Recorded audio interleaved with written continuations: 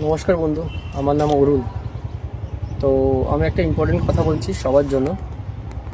আজকালকার ছেলেরা যখনই মাঠে আসে, ফুটবল, ক্রিকেট, আদার্স যে কোনো খেলাতে, তো আমি সচক্ষে দেখছি, আগেও দেখেছি এখনও দেখছি, ওরা মাঠে এসে সোজা ক্রিকেটের ব্যাপার বলছি, সোজা এসে ব্যাটটা রেখে অনেকক্ষণ ধরে ফোন ঘাটাঘাটি করে, তারপর বন্ধুদের সাথে একটু কথা বলে, তারপরে জুতো ফুতো পরে হালকা ফুলকা দৌড়ে তারপরে নিজেদের নেটে ঢুকে যায়। আর কেউ যদি বোলিং করতে যায় তো বোলিং করে নেয়। তারপরে বল করার পর 1 মাস 2 মাস পরে বলে আমার এই ব্যথা, আমার এই ব্যথা, এই ব্যথা হচ্ছে, হ্যামস্ট্রিং ব্যথা হচ্ছে, এই ব্যথা হচ্ছে। তারপর বলছে আমার রান হয় না, আমার বলে উইকেট পায় না। এখন খেলাটা পুরোটাই চেঞ্জ হয়ে গেছে। আগেকার মতন খেলা নেই, এখন পুরোপুরি খেলাটা প্লেয়ারের অ্যাথলিটের উপরে চলে। প্লেয়ার কেমন অ্যাথলিট, প্লেয়ার কতটা